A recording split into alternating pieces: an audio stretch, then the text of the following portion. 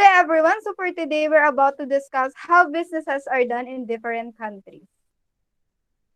So this is our team, starting with Miss Jessica Alonta, Noha Alhowil, Michelle Beltran, Eberlyn Alcazar, Julie Cudet Magpile, and Erica May Garces. Chapter 1, Globalization. What is globalization? Globalization refers to the shift toward a more integrated and interdependent world economy. Globalization has several facets, including globalization of markets and globalization of production. Emergence of global institutions include of World Trade Organization, International Monetary Fund, World Bank, and United Nations. So drivers of globalization includes decline in barriers and technological change. So declining barriers enables firms to view the world rather than a single country as their market. And technological change is the lowering of trade barriers made globalization of markets and production a theoretical possibility, but technological change has made it a tangible reality. The role of technological change includes of microprocessors and telecommunications, internet and world wide web, and transportation technology. So changing demographics of the global economy. First is US dominance in the world economy and world trade picture. Second is US dominance in world foreign direct investment. And third, dominance of large multinational US firms and the international business scene. And lastly, roughly half the globe in the centrally planned economies of the communist world were off limits to Western international businesses. The global economy of the 21st century, the volume of cross-border trade and investment has been growing more rapidly than global output, indicating that national economies are becoming more closely integrated into a single interdependent and global economic system. So globalization debate, they argue that falling barriers to international trade and investment are the twin engines driving the global economy toward greater prosperity. Anti-globalization protesters who fear that globalization is forever changing the world in a negative way now turn up at almost every major meeting of global institutions like the World Trade Organization and International Monetary Fund. So managing in a global marketplace, countries' difference require companies to vary their practices country by country. Managers face a greater and more complex range of problems. International companies must work within the limits imposed by governmental intervention in the global trading system. So international transactions require converting funds and being susceptible to exchange rate changes. So in conclusion, some may oppose the idea of globalization, but we cannot deny the fact that we need globalization in order to make our economy prosper. Being in this generation, having this kind of modern technologies enables globalization to be more efficient and effective. Globalization has created greater opportunities to people worldwide. However, it is not yet fully functional in other countries, specifically those countries that were categorized in a third world country. Nevertheless, the government shall minimize the risk of being in a globalized economy and maximize the benefits it brings. So the next chapter is all about the national differences in political economy. So here, basically, it only says that political economy of a country has different systems which tend to be interconnected with each other. So here we are able to differentiate collectivism, which stresses primacy of collective goals over individualism that suggests individuals should have freedom over political pursuits. And here we can see how socialism split into communists, that is more on totalitarian dictatorship, and social democrats, which has the same goals by democratic means. The two major types of political systems, which are the democracy and totalitarianism. So under totalitarianism, we still have communists, theocratic, tribal, and right-wing totalitarianism. However, these are the various types of economic system, which are the market, command, and mixed economy, which is the combination of two aforementioned economies. So for now, let us proceed with the legal system of a country, which regulates the behavior of citizens along the law. So we have here the types of legal system, which are the common law, civil law, and the theocratic law, which has different bases. And in this part, we can see the denotations of property rights as well as corruption that is present in all countries. In this figure, we can see the rankings of corruption of country in 2009. So as we can see in this figure, Somalia has been the most perceived corrupt country and Finland has been the most perceived transparent country. In this part, there are three types of intellectual properties, which are the patents, copyrights, and trademarks. So these are the determinants of the economic development. First is the country's gross national income. Second is the purchasing power parity. And other factors which influence a country's rate of economic development is the geography and educational levels. However, there are also implications of political economy for international businesses, which influences the overall attractiveness of that country as a market. So in this slide, we can see the benefits of conducting business in a country. And here we can see the three costs of doing businesses in foreign markets, such as the political, economic, and legal costs. Lastly, these are the risks of doing businesses internationally, which is consists of economic, political, and legal risks that all affect the profit and other goals of business enterprises. So as a conclusion, as we are all aware, the political economy varies in different nations and all of its systems tend to be interdependent and influence each other. So there are various forms of political system which basically all have similar roots.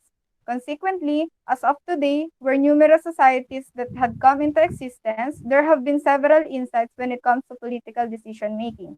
On the other hand, several types of economic system are also emphasized wherein it shows the significant role of government in managing and dispersing the available resources, goods, and services across a particular country. Nevertheless, aside from political and economic system, we also have these legal systems that contributes a lot in maintaining peace and order within a society. Each country's legal system are molded by its exceptional history, which therefore integrates the individual differences and disparities. Aside from this aforementioned system, we should also consider the several determinants of economic development in order for us to finally achieve the sustainable economy we desire to attain. Therefore, all of these factors influence the practice of international businesses and the overall attractiveness as well. Consequently, all firms that tend to do business internationally should be aware of its benefits, costs, as well as risks in foreign markets. The chapter 3 is all about differences in culture. Cross-cultural literacy, an understanding of how cultural differences across and within nations can affect the way in which business is practiced. While the culture is a system of values and norms that are shared among a group of people and that when taken together constitute a design for living. Culture, society, and the nation state. Society is a group of people who share a common set of rules and norms, while nation or states are political creations that can contain a single culture or several cultures. There are also determinants of culture, norms, and value system, which are the religion, political philosophy, economic philosophy, education, language, and social structure. Social structure. Social structure is a society's basic social organization. There are two systems, the most rigid system, which is the caste system, and the less rigid system, which is the class system. Religious and ethical system. Religion is a system of shared in beliefs and rituals that are concerned with the realm of the sacred, while ethical system is a set of moral principles or values that are used to guide and shape behavior. Religions with the greatest following are the Christianity, Islam, Hinduism, and Buddhism. Education. Formal education is the medium through which individuals learn many of the language, conceptual, and mathematical skills that are indispensable in a modern society. Culture and the workplace. Geert Hofstede isolated four dimensions that summarize different cultures, which are the power distance, individualism versus collectivism, uncertainty avoidance, masculinity versus femininity. Cultural change. Culture evolves over time, although changes in value system can be slow and painful for a society. Cross-cultural literacy. Individual and firms must develop cross-cultural literacy.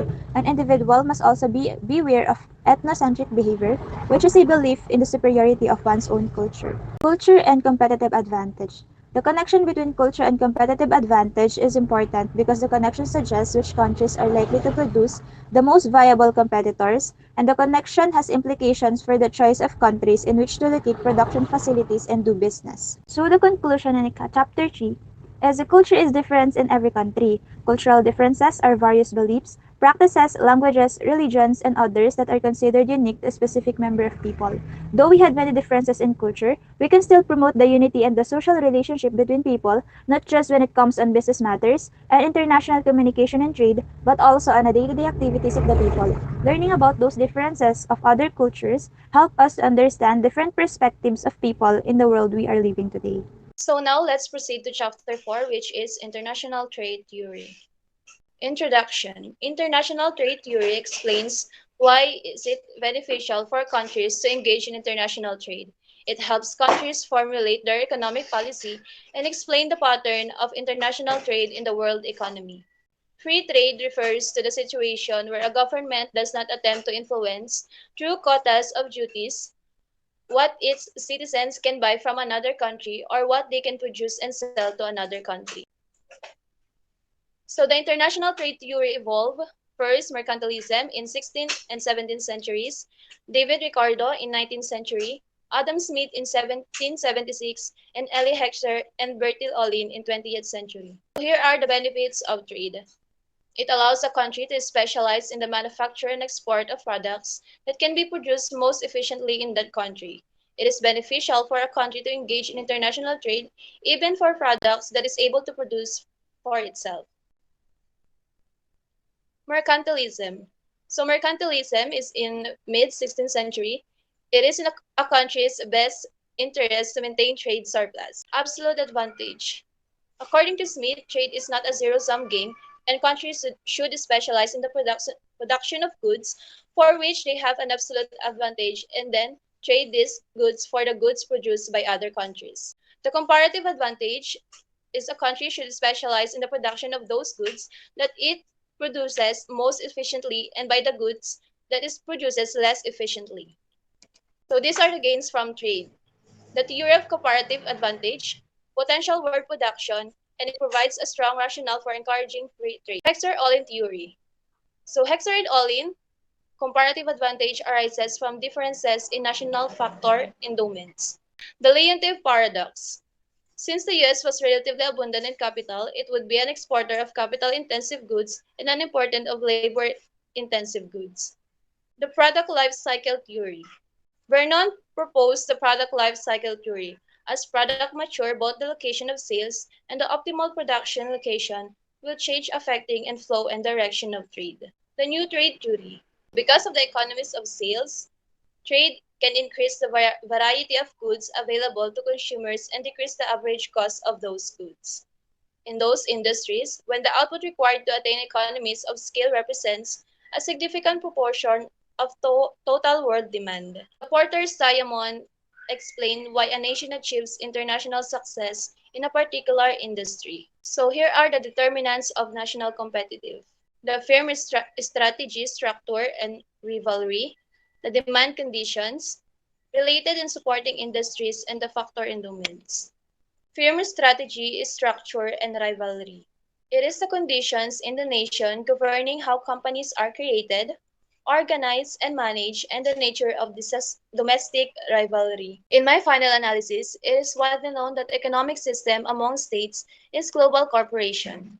Globally, exporting offers customers and nations the ability to be widely applied that is not accessible around their own countries or that are even more costly at home.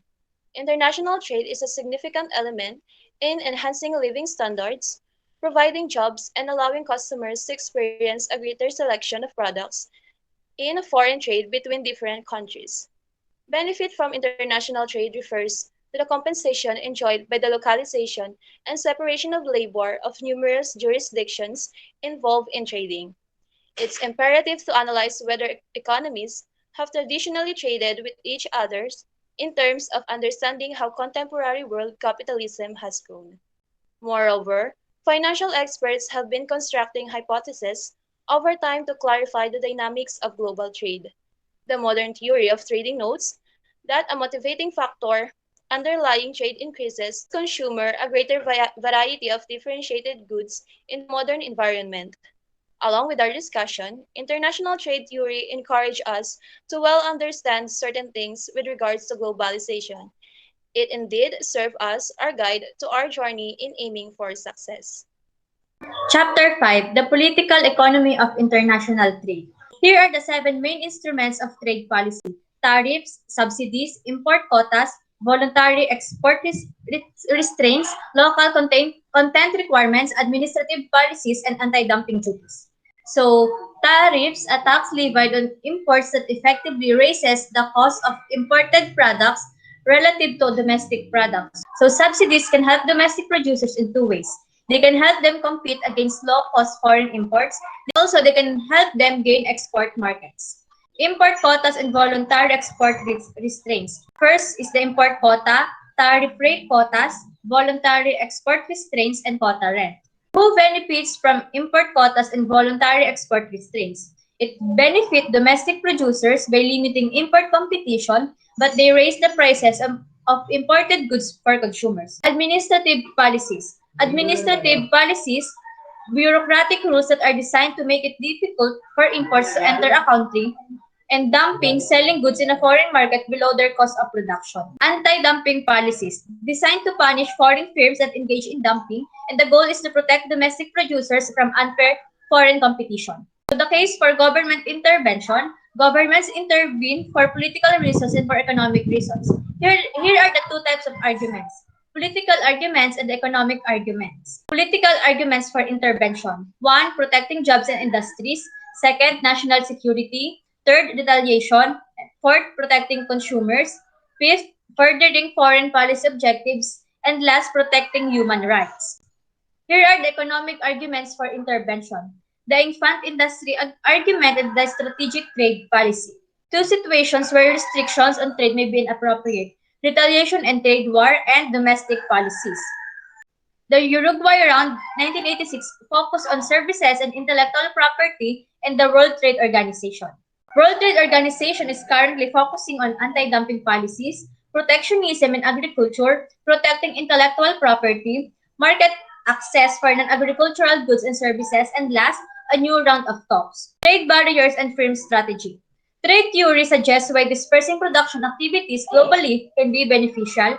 Trade barriers may limit a firm's ability to do so. Trade barriers raise the cost of exporting, and quotas limit exports. So to conclude, political economy is a term used to describe the process of government decisions on economic policies. So in this chapter, it examines the policies that governments adopt toward international trade, policies that involve a number of different actions. And those actions include taxes on some international transactions, subsidies for other transactions, legal limits on the value or volume of particular imports, and many other measures.